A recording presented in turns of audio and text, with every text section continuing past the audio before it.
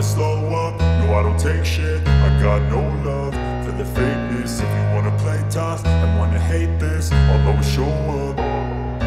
I don't ever slow up, no I don't take shit. I got no love for the fakeness. If you wanna play tough and wanna hate this, I'll always show up and make a statement. I don't ever slow up, no I don't take shit. I got no love for the fakeness. If you wanna play tough. Assalamualaikum warahmatullahi wabarakatuh. Salam sejahtera untuk kita semua. Saat ini saya berada di MTS Negeri 2 Ciganjur, Jakarta Selatan. Di sini akan ada seminar tapi di outdoor, diikuti oleh seluruh peserta didik, mau bicara tentang bullying dan dampaknya. Nah, seperti apa?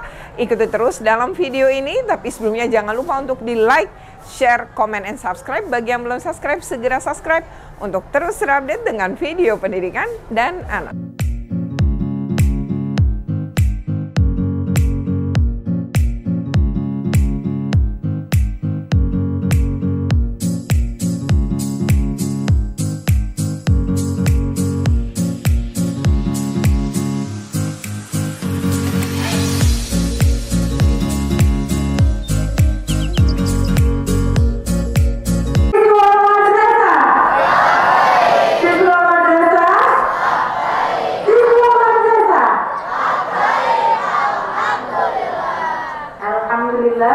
Alhamdulillahirrahmanirrahim. Wa bihi nasta'inu ala umuri waddin. Wassalatu wassalamu ala sayyidina Muhammad asyrafil anbiya'i wal mursalin wa ala alihi wa sahbihi ajma'in. Amma ba'd. Yang terhormat Ibu Kepala Madrasah, Ibu Dr. Andarahmi Indriani. Yang kami hormati Bapak Ibu guru, jajaran TU, serta anak-anak yang berbahagia. Bahagia kayak ini pagi ini? Bahagia dong, anak tuh hilang. Kita masih diberi nikmat iman, sehat, Islam, iya apa iya? Ya, jadi kita bisa berkumpul di tempat yang alhamdulillah insya Allah penuh berkah. Ya, nggak usah tegang. Baik, Saya langsung emang saja. begitu katanya, tegangan. Pada pagi hari ini kita akan mendengarkan bersama sambutan yang pertama dari Ibu Ketua Panitia. Kenalan enggak? Kemudian, maka secara resmi kegiatan pesantren Ramadan tahun 2024 1445 Hijriah dibuka dengan mengucapkan basmalah. Bismillahirrahmanirrahim.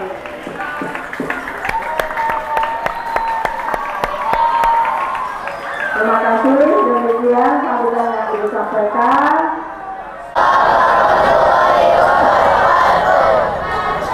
Ya, selamat pagi ya. Salam sejahtera untuk kita semua. Terima kasih kepada Ibu MC sudah diperkenalkan. Mungkin satu kali yang dekat dengan anak-anak, saya konten kreator juga ya.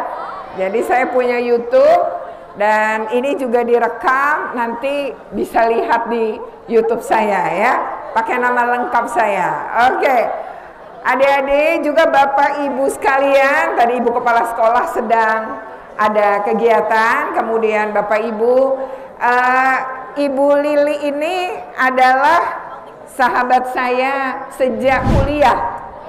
Ya.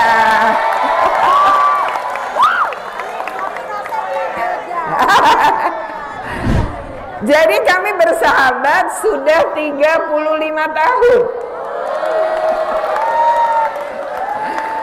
Saya jauh banget dari Jakarta Utara, rumah saya di Kelapa Gading.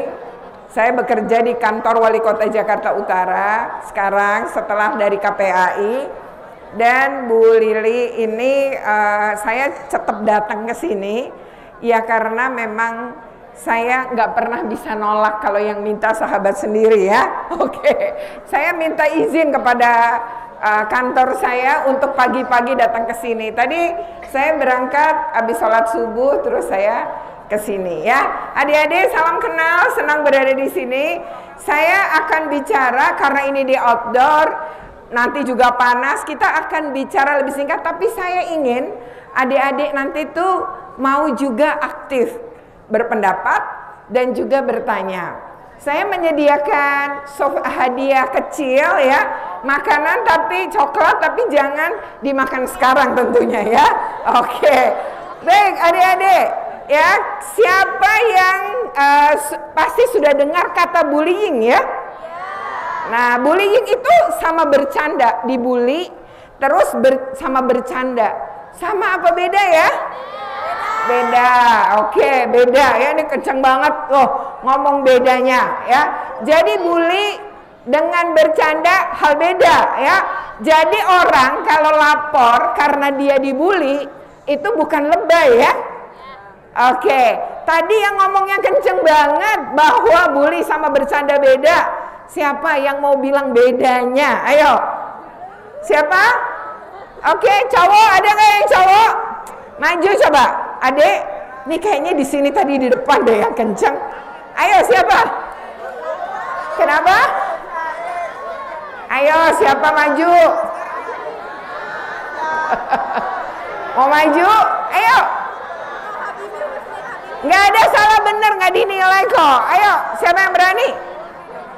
Ayo harus berani, orang sama teman-teman sendiri. Ayo siapa yang mau maju nih, yang cewek-cewek? Ayo. Apa bedanya bully sama bercanda?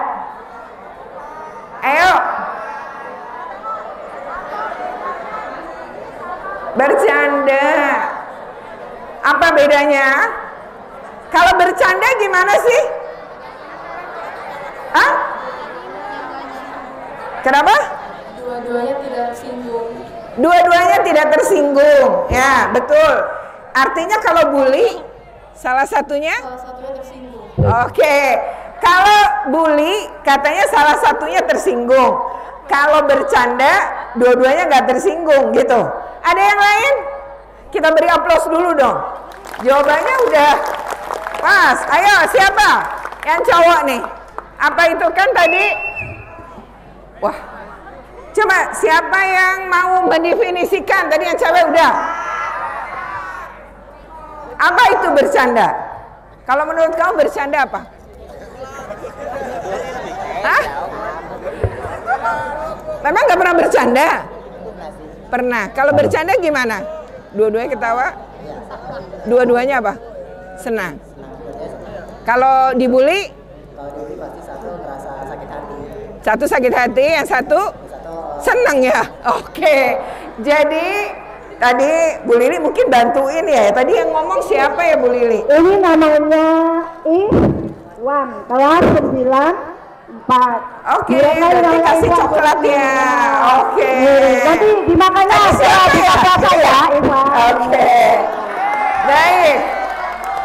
Jadi tadi temanmu dua mendefinisikan. Yang tadi yang cowok bercanda itu dua-duanya ketawa katanya ya. Sama-sama senang.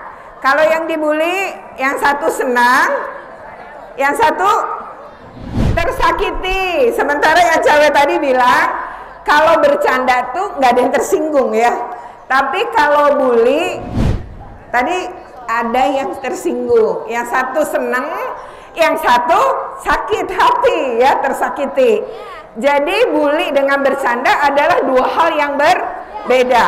Jadi kalau ada orang dibully lalu kamu bilang gini, sekelompok teman biasanya ngebully, terus kata si diaduin ke guru, lalu kata si kelompok pembuli bilang, kita bercanda kok, dia aja yang baper gitu ya. Betul, pernah dengar gitu ya? Oke, dia aja yang baper. Nah, ini bukan begitu. Karena yang menentukan bully apa tidak adalah korban. Nah, betul. Ya, beri tepuk tangan nih. Galuh namanya. Kenapa?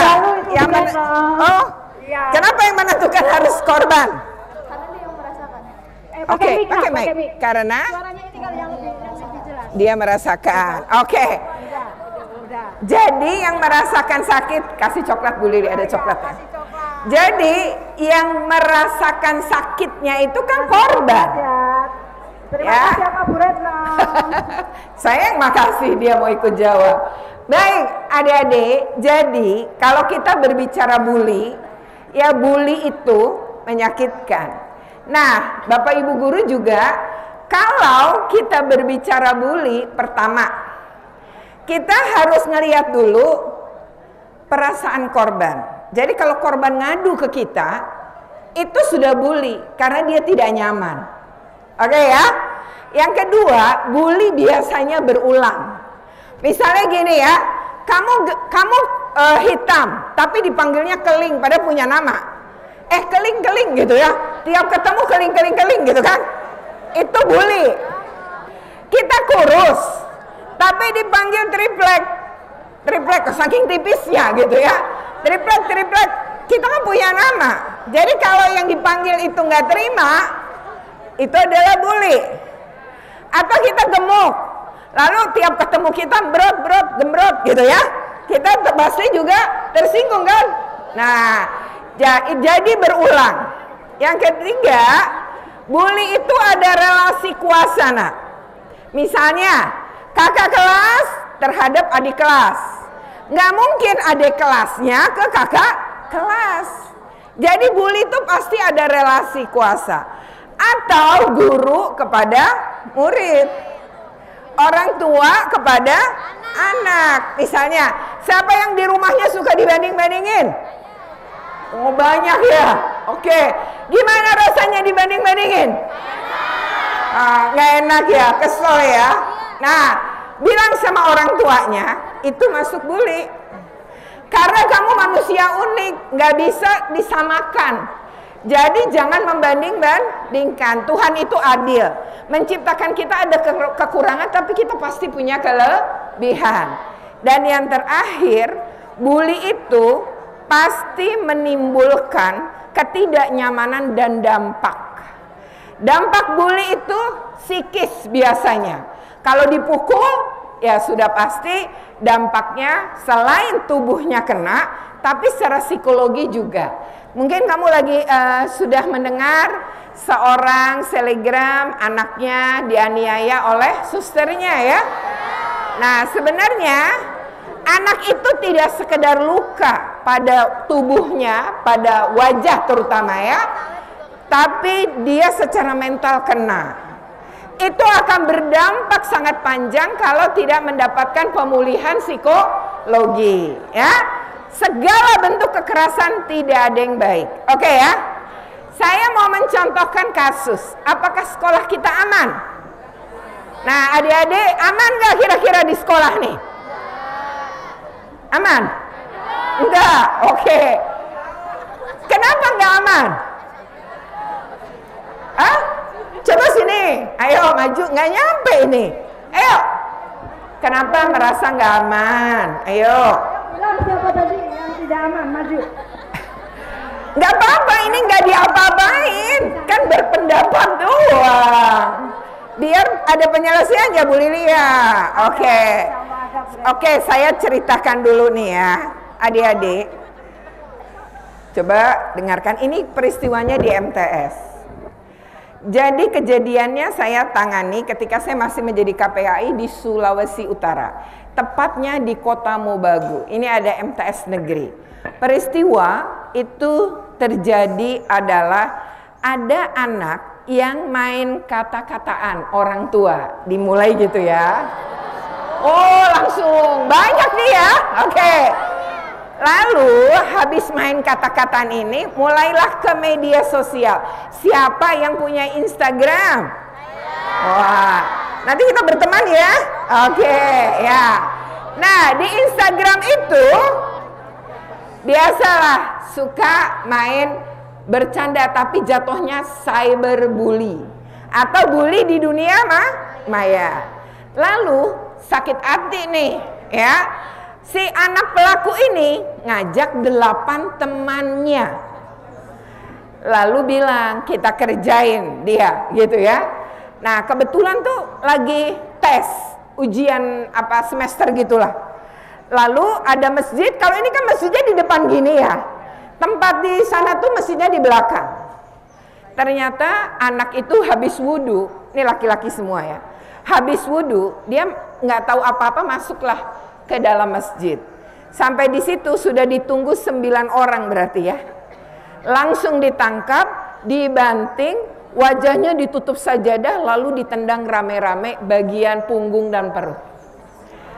Dia merasakan sakit pas pulang dari sekolah, ya, dia kemudian merasa kok buang airnya keluar darah.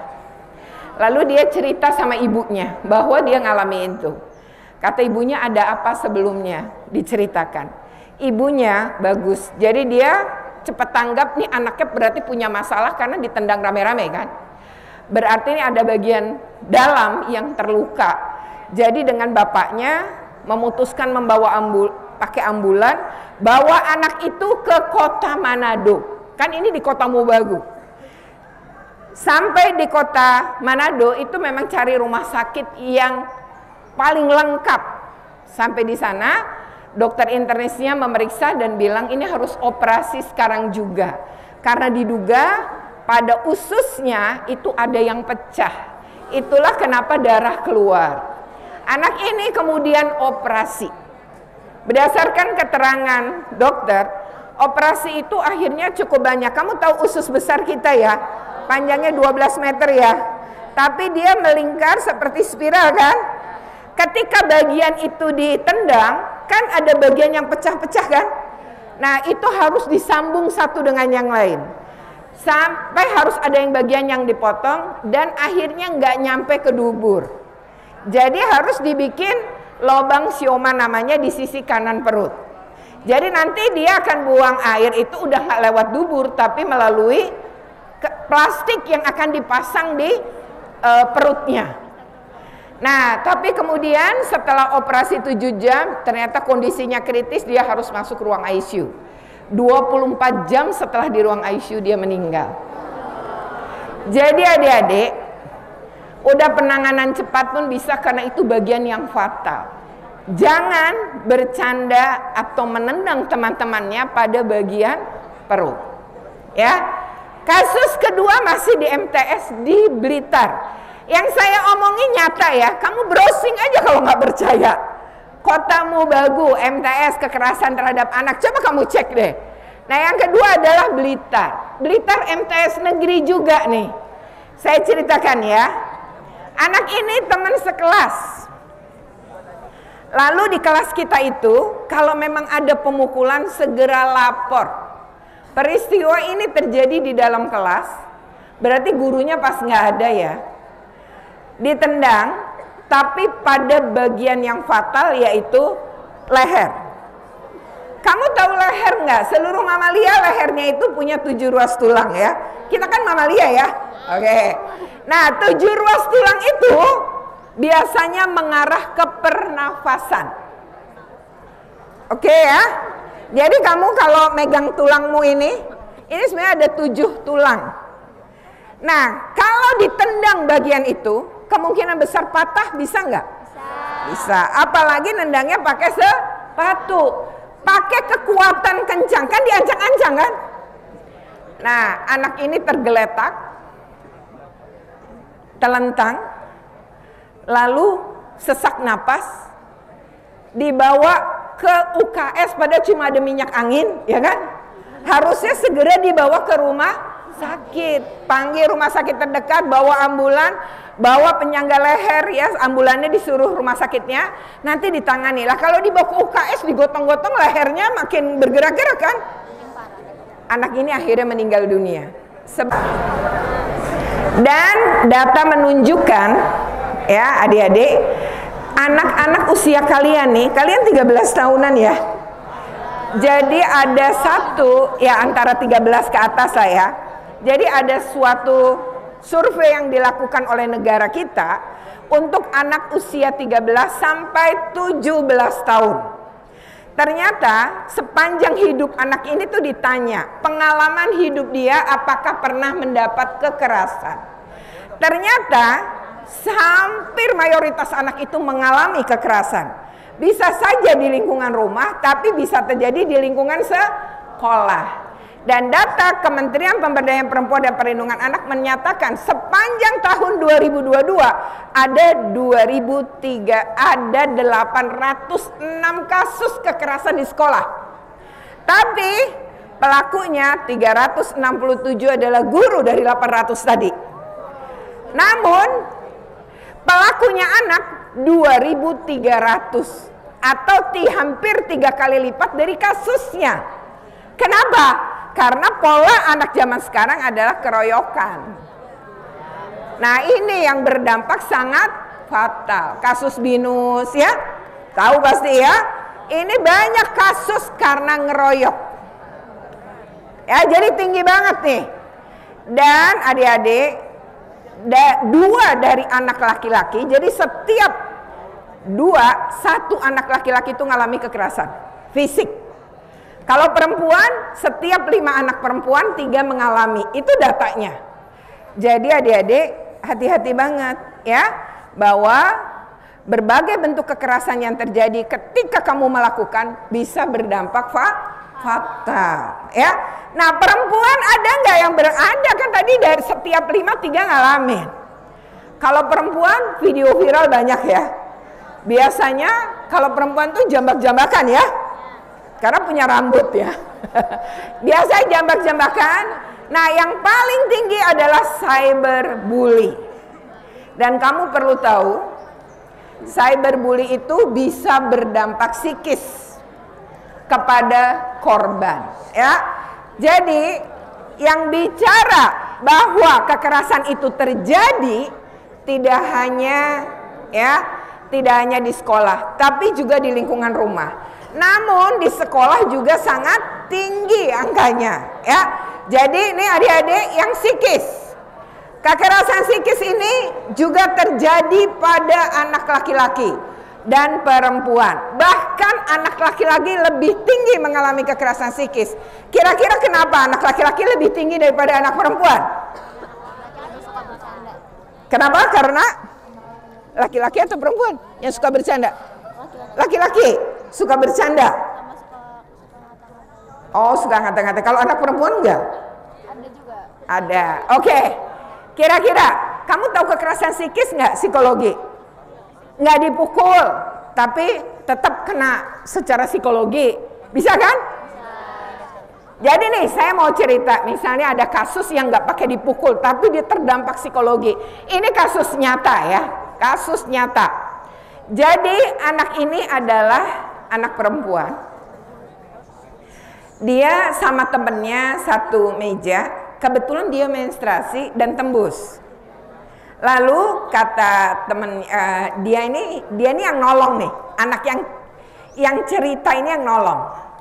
Dia memutuskan untuk nganter temennya ini. Ya udah yuk diantar ke UKS. Biasanya di UKS tuh ada pembalut dan ada rok.